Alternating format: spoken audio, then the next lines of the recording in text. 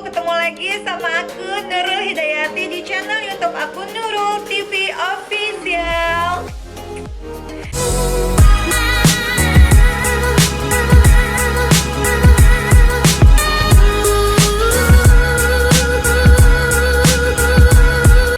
Nah, teman-teman semua, pada kesempatan kali ini aku mau share ke teman-teman semua tentang gimana mendapatkan look seperti yang aku pakai sekarang.